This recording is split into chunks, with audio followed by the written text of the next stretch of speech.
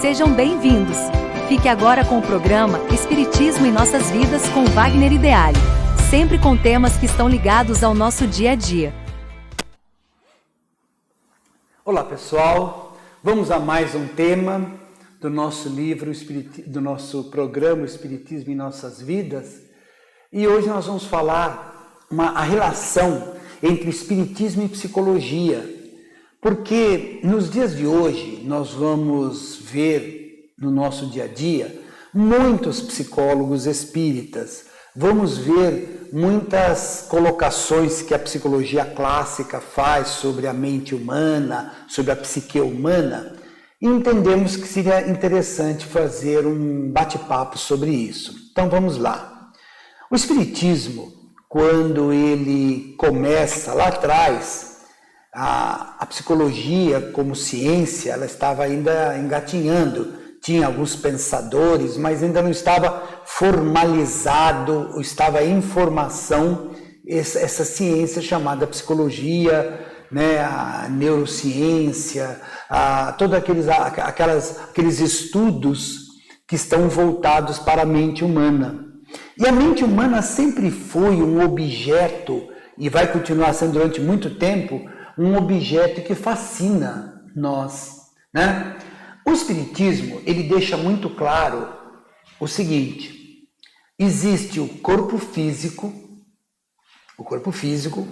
nós aqui, e existe o espírito. Esse espírito que somos nós depois que desencarnamos, nós somos o espírito vivenciando uma experiência na vida física. Nós não somos, eu já fiz várias vezes, vou repetir, nós não somos um corpo físico que tem espírito. Nós somos espíritos e estamos vivenciando uma oportunidade na matéria. Muito bem. O corpo físico e o espírito se ligam através de uma estrutura que no Espiritismo nós chamamos de perispírito, uma estrutura perispiritual. Pois é, aí que começa a complicar tudo. Porque como é feita essa ligação agora, já que o espírito se liga ao perispírito, e o perispírito com o corpo físico, como é que ele se liga?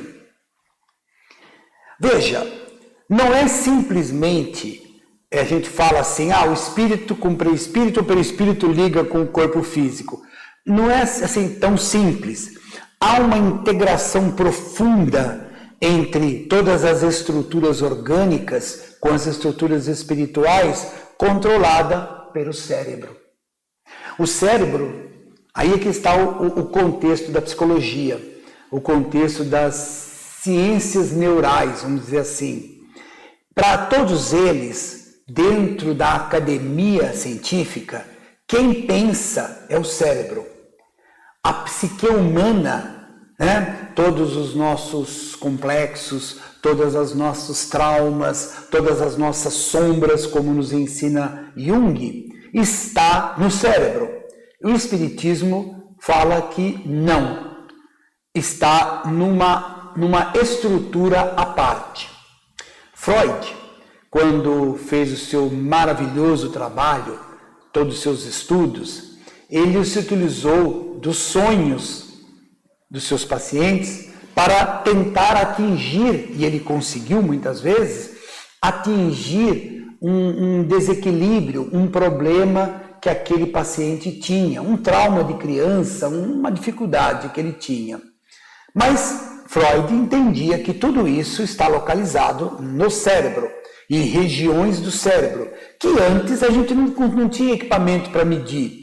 Hoje a gente consegue, nós temos aí uma infinidade de equipamentos eletrônicos que faz profundas medições do cérebro. Mas vamos lá, O Freud teve vamos dizer assim, um discípulo que era Jung. Jung ele começou a trabalhar junto com o Freud, só que ele continuou, ele foi mais além. E ele começou a perceber, vou trocar assim em miúdos, porque eu não sou psicólogo, eu sou físico, mas tenho uma paixão por tudo aquilo que envolve espírito, que envolve a ligação espírito-corpo humano. E o Jung fez a pesquisa dele e se aprofundou muito no inconsciente, naquela parte da nossa psique que nós não estamos nesse momento comandando. Nós, psiquicamente falando, somos um iceberg. E a pontinha do iceberg é o nosso consciente. É o que eu estou pensando agora, é o que eu estou enxergando, é o que eu estou falando, é que vem as informações, eu estou devolvendo a informação pelo que a minha consciência, o meu consciente está percebendo. Só que Jung descobriu que a 90% de nós não está no consciente, está lá no inconsciente. Aí tem o inconsciente individual, o inconsciente coletivo, os arquétipos, uma infinidade de coisas estudadas pelo Jung. E o Jung vai e começa a perceber uma transcendência nessa psique. E fomos atrás para procurar saber se hoje a psicologia como ciência, ela admite a existência do espírito, ou seja, se ela entende que quem pensa não é o corpo físico, mas é uma estrutura inteligente à parte.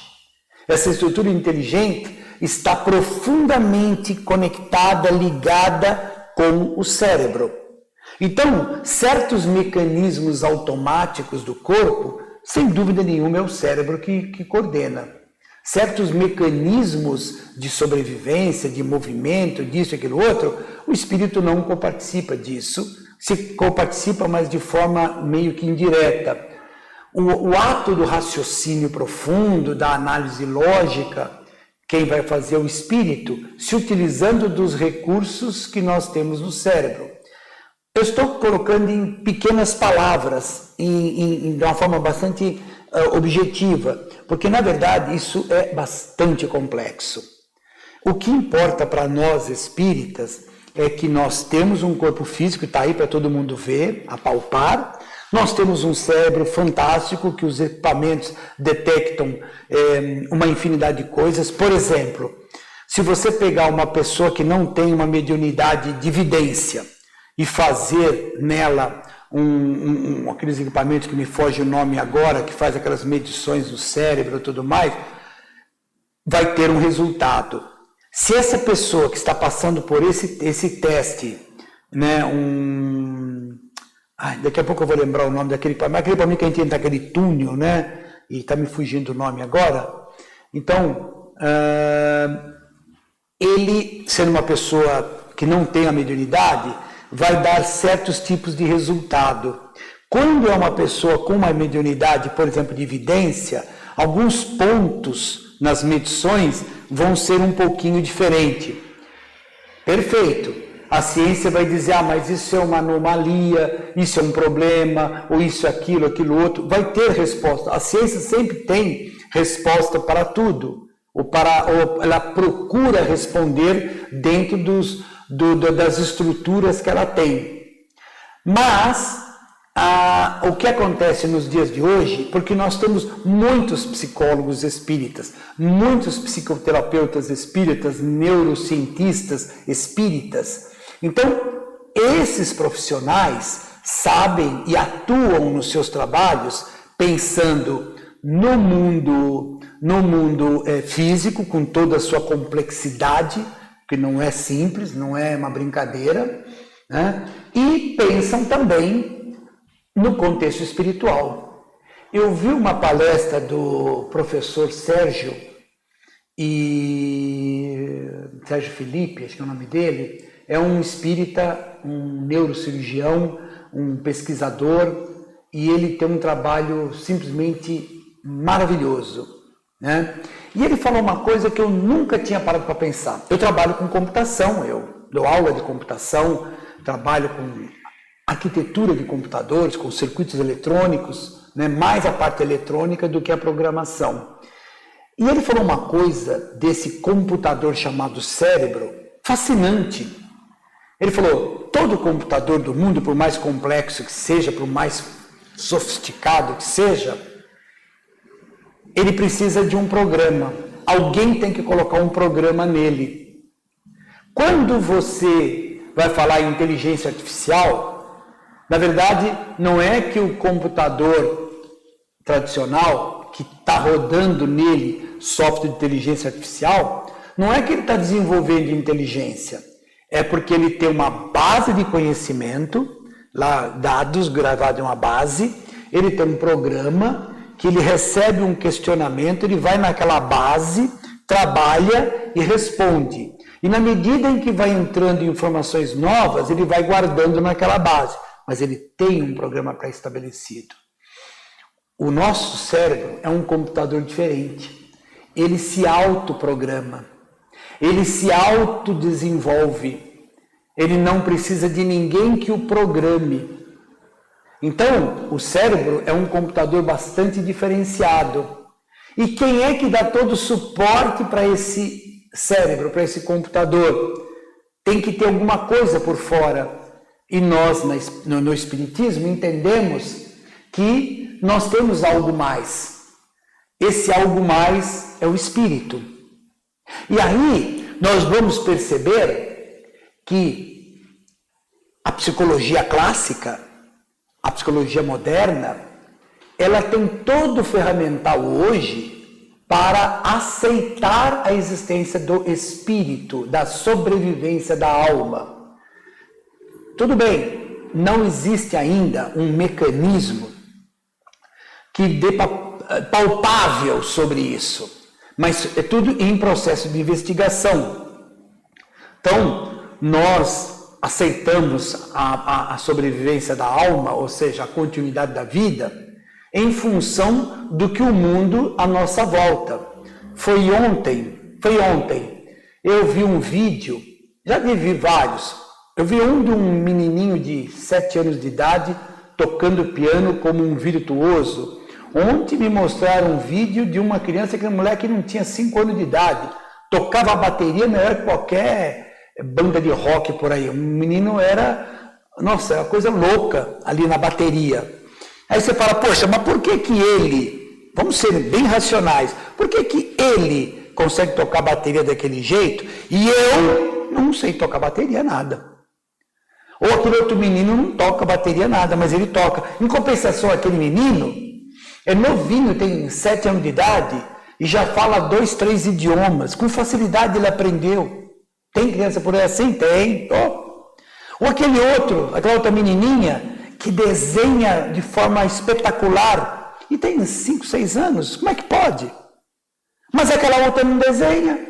Então, de onde tem isso? De onde tirou isso? Ah, não, mas é aptidão. E sim, é uma resposta fácil. É uma resposta simplória demais. E aí eu vou mais longe. Por que aquela pessoa, a vida sempre sorri para ele, tudo para ele dar certo? Tem uma vida, como diz o popular, tem uma vida que pediu a Deus. E aquele outro enfrenta tanta dificuldade. Por quê? Ah, é que deu sorte. E por que aquele menino nasceu com uma deficiência física que não tem conserto e aquele outro nasce saudável? Ah, mas aí é os genes do pai e da mãe que estavam com defeito. Então, mas por que o dele sim ou do outro não? Ah, mas isso é obra do acaso, pronto. Aí nós chegamos num ponto complicado, obra do acaso. O Espiritismo não acredita em acaso. Tudo tem razão de ser. Seja consequência de uma vida passada, seja porque o Espírito pediu para passar por aquela experiência, o Espírito vem com uma série de valores conquistados. E onde estão esses valores? Está na psique, está guardado no profundo do seu espírito, e seu espírito transmite para o corpo todos esses valores. Quando, na concepção, que começa os primeiros trocar de células lá no óvulo da mamãe, o espírito que vai reencarnar, ele já se achega ali, ele já começa a transmitir toda a sua energia para aquele óvulo, e ele, vamos dizer assim, impõe os acertos, os defeitos, as virtudes e os problemas já começa sendo montado ali. Quando esse espírito, esse corpo se desenvolveu, esse espírito já se instalou nessa nova vida, esse novo corpo carrega os valores positivos ou negativos daquele espírito. E o inconsciente individual, um inconsciente pessoal, como nos fala Jung, desse espírito, está zerado, está começando agora. Ele vai começar a preencher o livro branco da vida. Em compensação, o seu inconsciente profundo, que Jung chamava de inconsciente coletivo, pois nós sabemos que nos dias de hoje o mundo externo afeta a gente, porque você está dormindo, a luz do sol vai transmitir algumas energias que vai fazer a gente acordar dizendo, está na hora de acordar. A lua tem lá a sua energia trazendo o ciclo lunar, no ciclo menstrual, no ciclo da gravidez. O mundo exterior, ele reflete em nós, reflete no nosso corpo, na nossa vida, no nosso espírito. Estamos todos ligados profundamente. E o Jung conseguiu captar um pouquinho disso quando ele falou do inconsciente coletivo, que nós já temos, da outra encarnação, da outra, e carregamos essa bagagem enorme dentro de nós. Coisas positivas, construtivas, que vamos melhorando, e coisas que precisam ser trabalhadas por nós.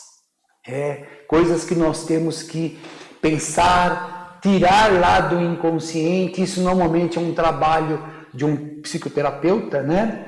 O terapeuta, ele vai buscar, através de vários mecanismos, vai buscar no fundo do nosso eu esses desequilíbrios, trabalhar para trazer para o consciente e com isso a gente corrigir algum desequilíbrio, corrigir algum problema. Por isso, quando escolhemos falar sobre psicologia e espiritismo, começamos porque justamente é de todas as ciências a que mais consegue se aproximar dos valores que o espiritismo nos mostra.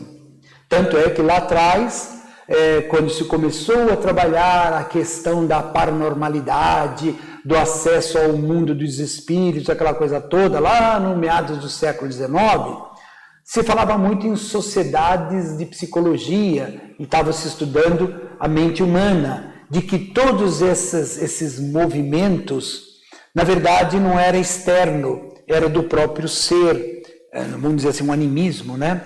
E tem o animismo, claro que tem, né? Dentro do mundo da mediunidade, quando muitas pessoas começam a mediunidade com 10% de mediunidade e 90% de animismo. Isso é normal, não tem nada de errado nisso.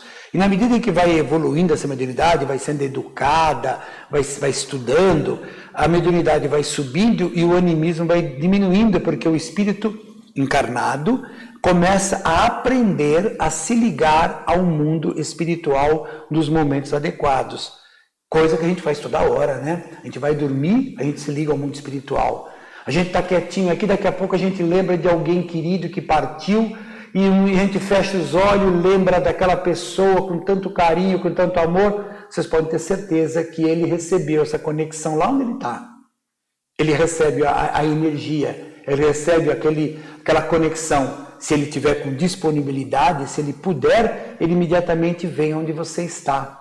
Se não puder, às vezes está num trabalho espiritual que não pode, emite apenas uma energia de carinho, de amor, e as coisas continuam seguindo, mas você se desconectou momentaneamente do mundo físico, saiu fora da realidade e foi ao mundo espiritual. A psicologia, então, ela tem tudo para trabalhar esse lado, porque ela tem um trabalho muito bonito, muito dignificante perante o mundo, que é o trabalho do problema nosso, do nosso consciente, inconsciente, dos nossos desequilíbrios psíquicos.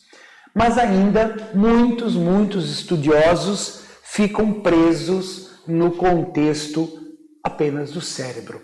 E o cérebro é um elemento extremamente importante, extremamente complexo e sofisticado, mas ele trabalha em conjunto com o espírito.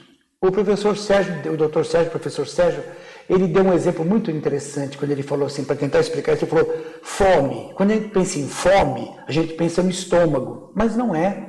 A fome ela tem uma atuação no estômago, no fígado, nos rins, em vários, ele falou nomes técnicos que eu desconheço, várias partes do nosso corpo que colaboram, que trabalham junto para gerar fome e nós precisamos alimentar. A mesma coisa, quando se tem um movimento, uma fala, um questionamento, é o espírito que está questionando, sim, junto com os valores que tem no cérebro, as conquistas que tem no cérebro, as estruturas, né, que nós temos no nosso cérebro, isso mistura tudo, gerando os nossos atos, as nossas falas, o nosso trabalho e tudo mais. Por isso que é um ponto bastante interessante o estudo do Espiritismo, principalmente as obras de Joana de Ângeles, a mentora do nosso querido Divaldo. Ela faz um trabalho magnífico em cima da psique humana, ela se baseou no trabalho do Jung. Isso eu convido todos a estudar as 16 obras de Joana e muita coisa vamos poder aprender. Tá bom? Então, até o nosso próximo programa.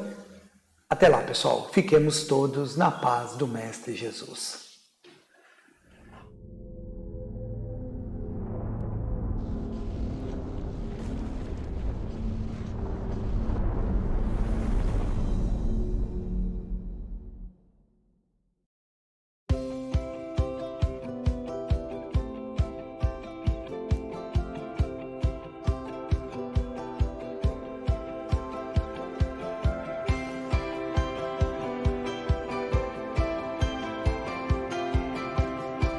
Você assistiu o programa Espiritismo em Nossas Vidas, com Wagner Ideale. Rádio e TV Fraternal, sempre em sintonia com você.